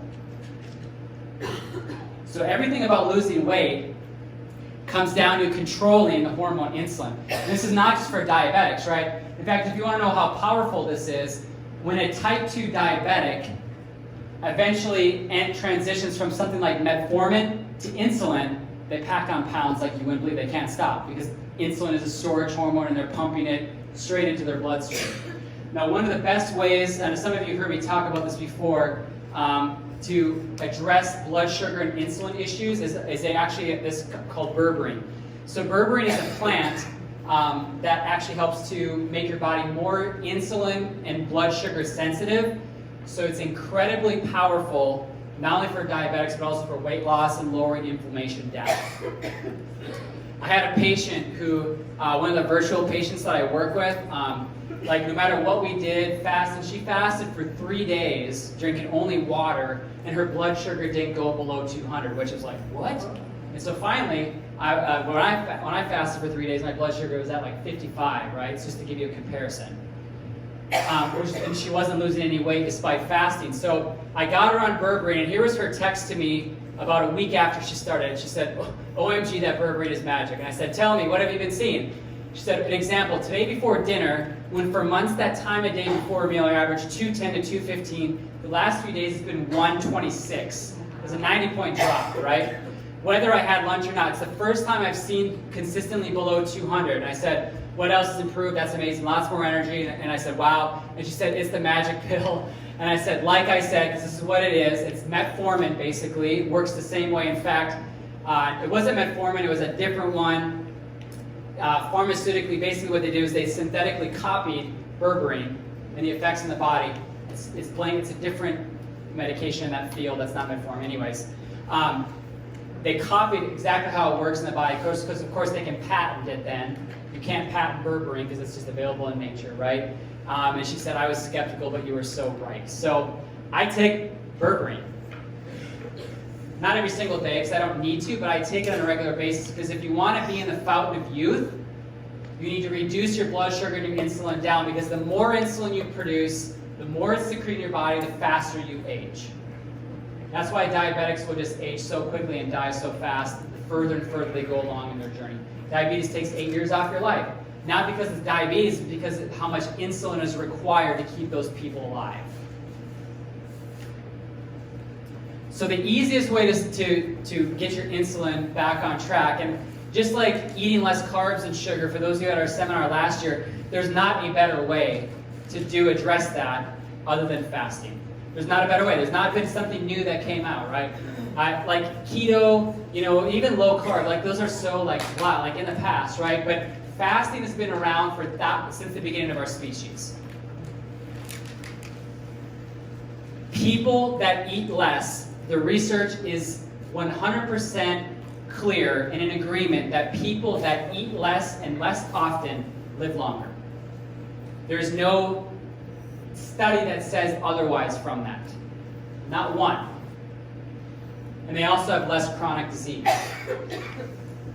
So it does that by decreasing insulin levels, right? It helps you identify food cravings as well. You get more insulin sensitive. You have better brain health, right? And you begin to tap into survivability mechanisms of the body as well. The body likes to survive. It likes to, live. All of the longevity genes that have been researched and studied and cracked through the Human Genome, right, project, have shown that a restriction of eating is how you activate those genes. That's the only way they turn on, is by not eating all the time and eating large quantities. So what you do is that the less you eat, of course, the less insulin secretion you have, even if you're eating healthy, right? So then, therefore, the longer your body can be in a low inflammatory mode, right? Or for most of you are more immediately care about is more of a fat burning mode, right? Your body always, it's not dumb. It knows if you don't eat, it's not like it's just going to drop dead. It knows that there are resources that you're carrying, you don't want to be carrying, that it will go after. This is why people that are like 400 or 500 pounds and I know people that have done this, can fast for 100 days without eating. I'm not joking. They can fast for 100 days without eating and still be alive, and then of course they're healthy after that. Someone like me would not be able to fast for 100 days, right? I wouldn't make it. But their body has those resources, and it knows to tap into them, but it only knows if you allow it to. Remember, you can't burn fat when there's high levels of insulin in your bloodstream. It's physically impossible. So this is why the whole eating 8 small meals a day is the fastest way to gain weight. Because every time you eat insulin, boom, boom, boom, boom. You never even go into the fat burning mode from there. So time restricted feeding, this is where you start. Many of you think that this is, what I'm about to go over is what's referred to as intermittent fasting.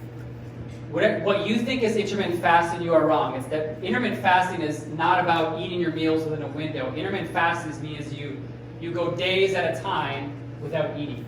What you're more properly thinking about is what's called time-restricted feeding, or TRF. So this is what you would refer to as a daily fast. I'm saying this because many of you have heard the term intermittent fasting and you've been using this incorrectly in your terminology. What you really want to be starting and doing, this is where you start, is with time-restricted feeding. So every single day you eat all of your food within a specific window, okay? So for me, the first thing I had today, energy-wise, other than a little bit of coffee this morning, was that right there. I rarely ever eat breakfast anymore. I maybe eat once a week at the most, but usually it's more like 2 to 3 times a month. Okay, and I don't need to lose weight. I do that because that is the healthiest way to do that. So you find a specific window. You start at 8 usually, and then you eventually want to chop that down more and more to like 6 is good, even 4 is better. And then you also eat no longer than 1 hour intervals. What does that mean?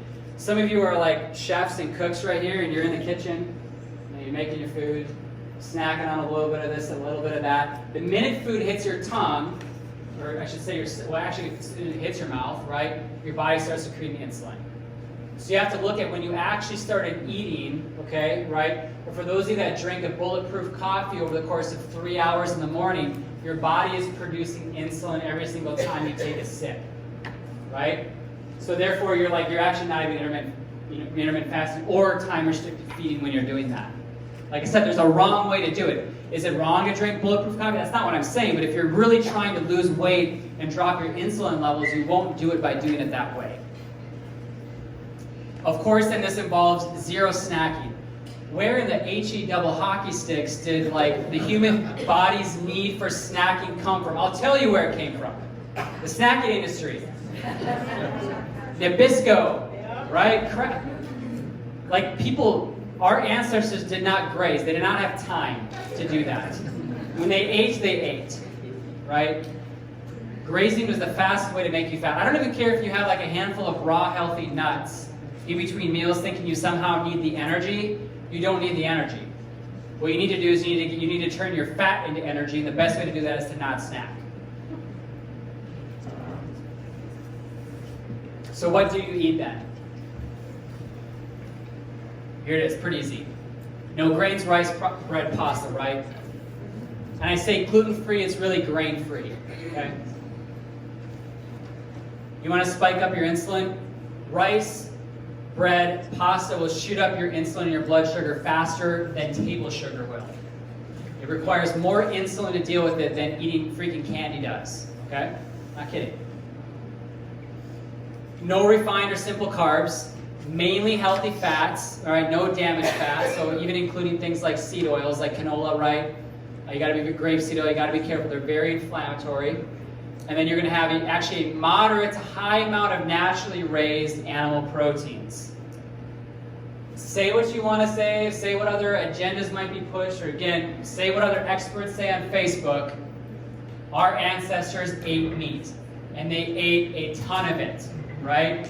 You can't tell me that our ancestors walked by an animal that they killed and they were like, let me have this less nutrient-dense potato, and that's going to be better for my family's survival, right? Give me a break. The thing that is most conducive to supplying the human body is animal proteins. So if you're a vegan in here, I still love you, but you're wrong. I get the like social, the like welfare aspect that I'm not denying that one bit. That's why you can literally go to Holton Family Farms.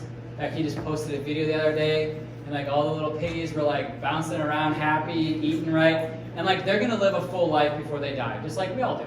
They serve a purpose after death, right where we don't. Okay? So, and then no fruit. If you really want to lose weight quickly, you 100% cut out all fruit, even berries. Or not, just stay fat. It's up to you. I don't care. So I get it that it's like, your mind can be spinning in a million different directions right now and coming to my seminars.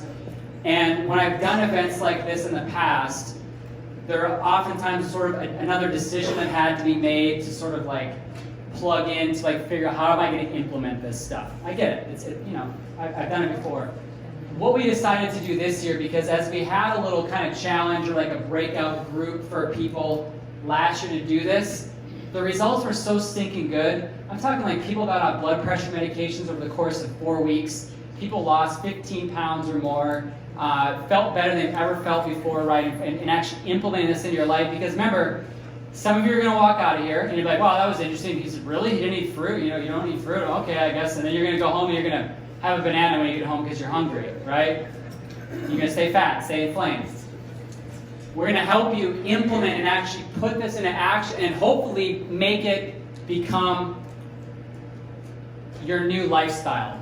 Not like a fun fad thing to try. Let me give this thing a try, right? Lose 10 pounds for fun, put it back on when you go back to doing whatever you're doing, but actually make it your new way of living. That's what the goal is. So research shows that it takes about 30 days to make a new habit, roughly about a month, right? So what we've done is that for everybody here today, you are all automatically able to participate, we're not going to force you to, into a 30-day challenge that we're going to do, okay? And I've separated this into 2 tracks because some of you are in different starting places. I'm going to help you decide which one you need to be in. If you pick the wrong one, it's not going to be that bad, right? But it's going to be easier if you pick the right one. So the first one is the basic, okay? And what we're going to do is I have this little fancy, actually it's big, this $12,000 scale in my office that measures not only your weight, but it measures your body fat percentage, your muscle percentage, your weight in pounds, your muscle in pounds, the distribution of that weight in your body, and even it measures your visceral fat. So we can actually see how much visceral fat, because it runs a very small electrical current through you. Fat is an insulator, so the more you absorb of that current, we know the more fat you have inside of your body too. So it's very accurate, it's very interesting. So you're going to do that beforehand and afterhand, so you can just track your progress, right? Because some of you, through this, your bodies are so metabolically screwed up that after 30 days, you might only lose 2 pounds on the scale, but you're going to drop 3 points in your visceral fat, right? Or you're going to turn 4 pounds of fat into 2 pounds of muscle because your body begins to metabolically wake up.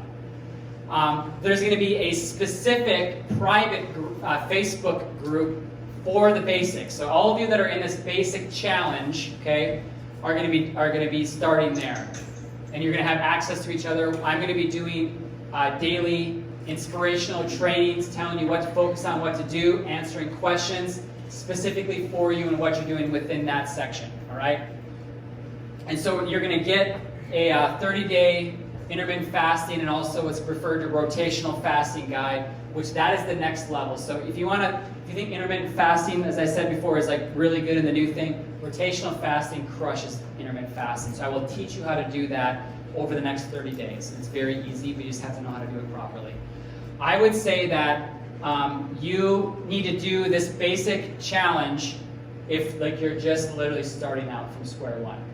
Or you're like a little bit into it, or you've done this before and you kind of need to get back to the basics. This is for you, okay? Because what we're going to focus on is dropping your snacking, getting used to what that feels like, getting used to skipping a few meals a day, but not like an insane amount of meals, right? You will lose a lot of weight doing this, right? You will get a lot healthier, but I want to make that as a difference between the advanced one. So the advanced one is for like, if you really would love to lose, and I'd say it's more of a mindset, because of course, as you're looking at this, any one of us that you want to do that, but you have to realize that in order to do that in the next 30 days, it is going to require a massive amount of commitment, right? And a massive amount of not complaining, resisting the change, right? Resisting the systems. You're just going to have to solve problems. And we're going to help you do that, but like, you're going to just get overwhelmed if you're truly not ready for that in your mind. Start with the basic, because you probably won't see any results if you're not ready, because you'll fall apart after day 3. Okay? Also, the advanced one would be for people that don't necessarily have a significant amount of weight to lose, but you're really ready to skyrocket your health to the next level. Basically, in this advanced group, I'm going to show you exactly what I do, how I eat, how I live, everything. You're just going to have a very intimate look. I'll post pictures of every meal that I have, when I eat, all those things. Okay, it's going to be right in there. Same thing in body, and there's going to be a separate Facebook group. So a lot of the basics is going to just revolve around some basic stuff, giving you substitutions for the carbs you've been eating, right? Giving you ideas of basic things to be adding in. The advanced is going to be a lot more high-level stuff, like percentages of what you should be eating, different ways of biohacking your body so you're more insulin sensitive, right? So there's going to be a lot more lifestyle change in the advanced group. Really, the basic is mostly revolved around what you eat when you eat, okay? Advanced is quite a bit more in depth than that too. So, and there'll be different there. So there's 2 options to choose from. If we get you into one option and you're really struggling, we might just, maybe it's not challenging enough for you, we might upgrade you, right? And we might downgrade you based on how you're doing. The main thing is you all get results that you're happy with a month from now. I mean, how many of you would like to be 5, 10, 15 pounds down by April 1st, right? Come on, right? And more importantly, be well on your way to living your best life possible for the next, not only this year, but for the next decade, right? And that's what this challenge is about, helping you to do that. So I'm going to bring up one of my patients here, Miss Julie. Where are you? There you are. Come on up front here. Yeah, this is awesome. Wait till you see this. Why I truthfully am bringing Julie up here is because I posted pictures about her, and I think some of you think she's like an actor and not a real person. But you can see this was your very first day in our office right there. Very first day. 1 year ago today. Okay. How many pounds heavier was that Julie right there compared to this Julie? 75 pounds. And you hit, just so everybody knows, like you hit 70 pounds though, but how many months ago? Kind of how many months have you been at this? By September. Yeah. So it had been 7 months, basically hit 70 pounds, right? Yeah. And so that was back in September, but the key part is, look at, she's kept it off. She's actually lost a little bit more since then too, right? So I posted that picture again. She's not a paid actress, right? For this, I'll just say this, and then I'll let Julie talk just for a minute here or so. But I put a very heavy duty plan in front of her face, and I told her that I told you I was going to, right? And I would say, truthfully, 95% of you in this room would not have done it. Maybe so, or resisted a lot of it. But the thing is, she did every single aspect of it, every single part of it. And that's why she got these results right here. She didn't resist the change, right? And we solved problems along the way, right? We did that whole thing from there too. But I want you to just share maybe a few highlights about your journey and your experience, and because really your results kind of speak for themselves. Other than that, too. Yes. Thank you. Well, I came. I think it was January the 21st of last year. I'm 63 years old. Going to be 64. Y'all all say, "Oh." Yeah. I'm just teasing. She looks great. I had just retired, and that is a milestone in your life. And I was going through my sense of purpose because I'm a nurse, and I identified my sense of who I was. I'm still a nurse, but you kind of lose that sense of purpose. I like your banquet of consequences. Yeah. I was a result of years of just neglecting myself, my body, taking care of other people. I have watched 5 sisters with chronic autoimmune disorders. I have a sister with lupus. I have a sister with chronic fatigue, one with arthritis, and I also have fibromyalgia. So I was really depressed. I was on antidepressant medication. I was 230 pounds. I was wearing a size 3X, and I was just sick and tired of being sick and tired. And I said, I've got to do something. I can't play with my grandchildren. I can't run.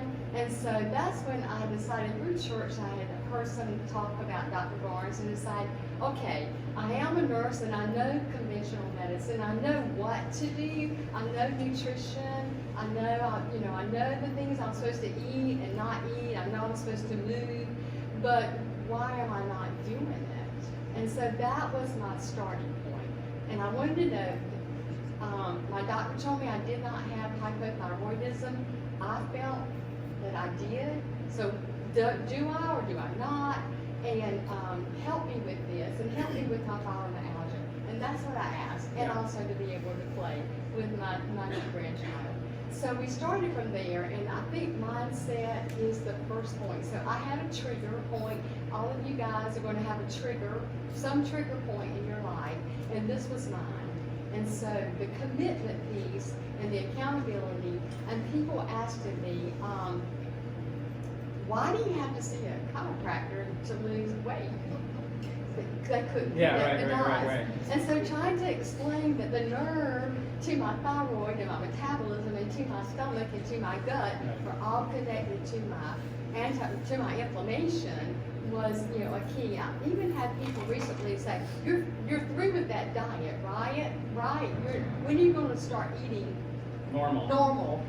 And I said, "Well, it's a lifestyle change for us now." And you're right. And I think the rewards along the way. The first time in 20 years when I put on a bathing suit and got into a swimming pool to do water Zumba, now that was hard to do. I mean, that was like really out of my comfort zone. But the first time I got out of the women's plus sizes in the dressing and shopping and can go to normal size, I celebrated.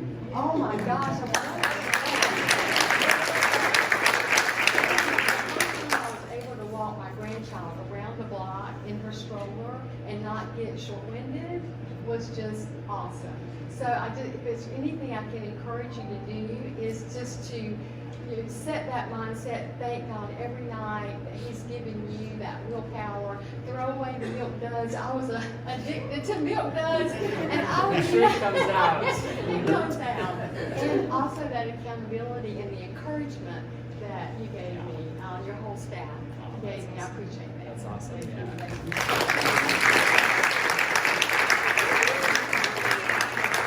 So a couple of quick things. She got out of the dead zone, yes or yes? Right? Yes.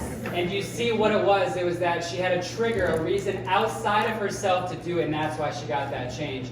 And she kind of alluded to it a little bit, but I just want to mention this, is that Miss Julie, how long were you on an antidepressant for? I stopped at July the 2nd. And how long had you been on it prior to that point? 20 years. She had been on an antidepressant for 20 years and was able to stop taking that. That's awesome right there.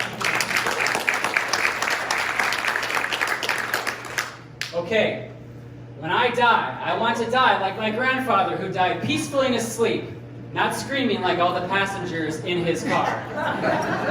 Will Rogers. I had to look up who Will. I was like, Fred Rogers? No, Will Rogers. I know who he is now. It clicked.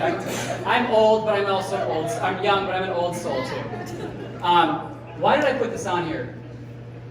Many of us are going through life incredibly selfish when it comes to our health. There are passengers in your car, namely your family, that are depending on you. The biggest pet peeve for me, and it's mainly for men, because I'm a guy, is when a man will selfishly not take care of themselves, and they won't do it for their family. They just can't put down the freaking beer, the hamburgers, whatever it is, and they just keep going on with their life thinking it's all going to be okay.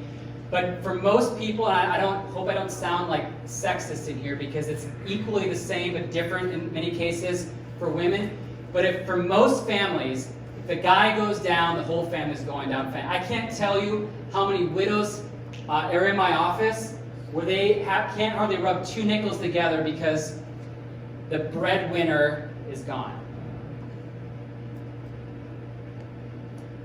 And I'll be honest, most of the time it's because we've unpacked the truth, it's because they were selfish. They weren't willing to take care of themselves in the way they needed to in order to take care of their family and be there as long as possible. And it's the same for women in a different way. A lot of times we become like the mommy martyrs, you know, like the grandmother martyrs. So it's like where we put the needs of everybody in our family ahead of us, right, consciously, because we think that that's the best way to do that. But also in the same way, when mom goes down, the whole family falls apart in a different but very similar way.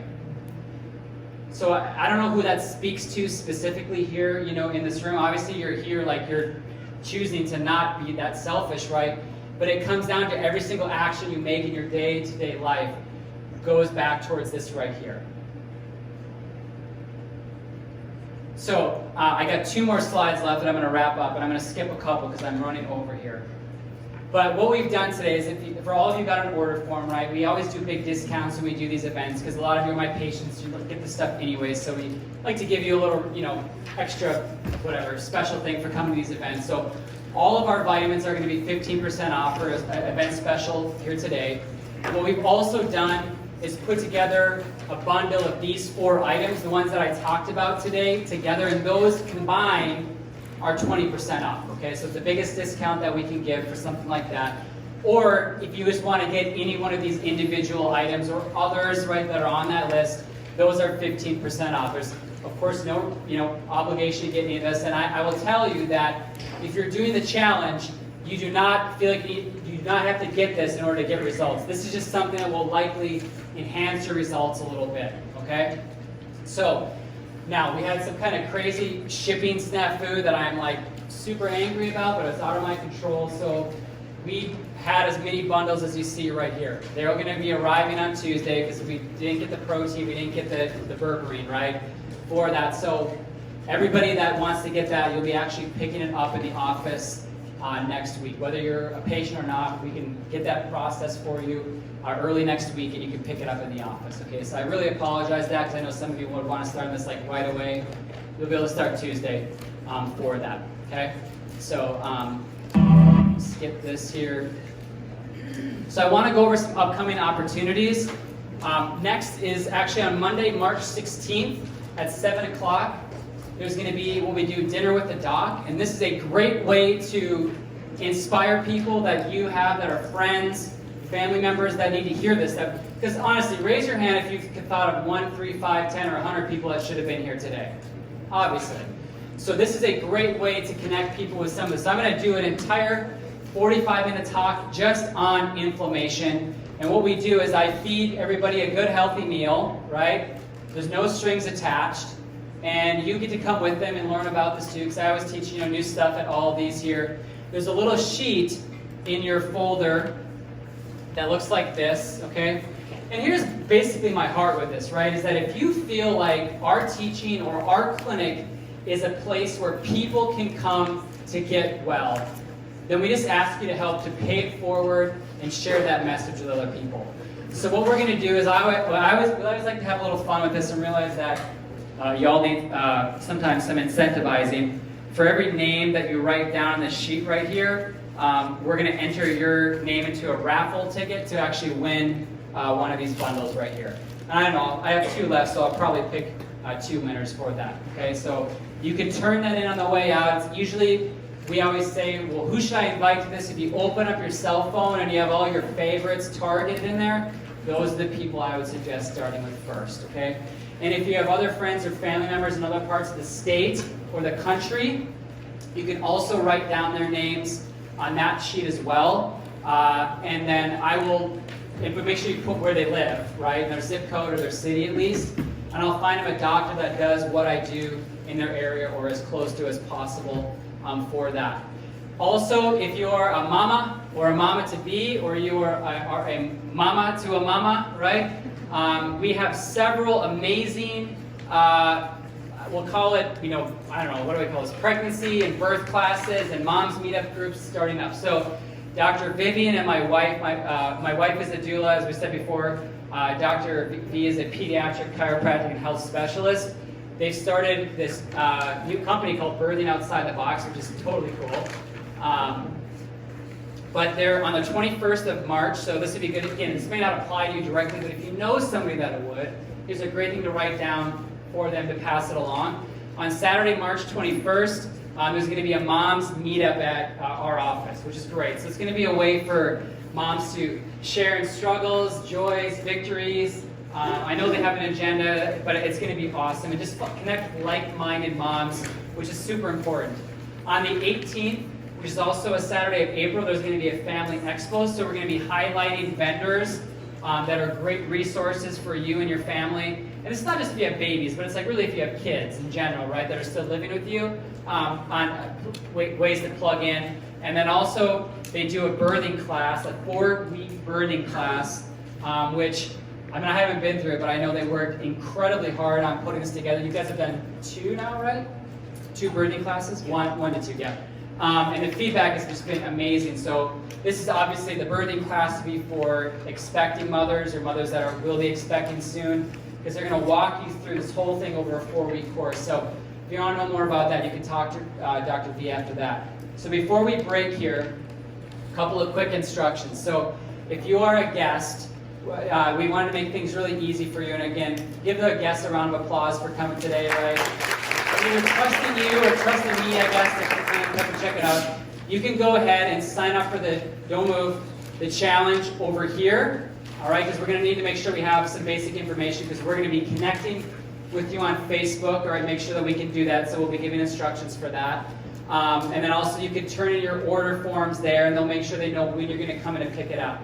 All right, patience, right? You'll be able to exit out this way and do the same thing, all right? Because it's going to be a lot easier and straightforward for you guys. So you literally can just turn in your mission forms, your order forms, and they'll get everything ready to go for you. Sign up for your challenge, what level you want to do. Other than that, I apologize for running 11 minutes over, for having microphone problems at the beginning. You guys are amazing today. I hope this is great. Thank you.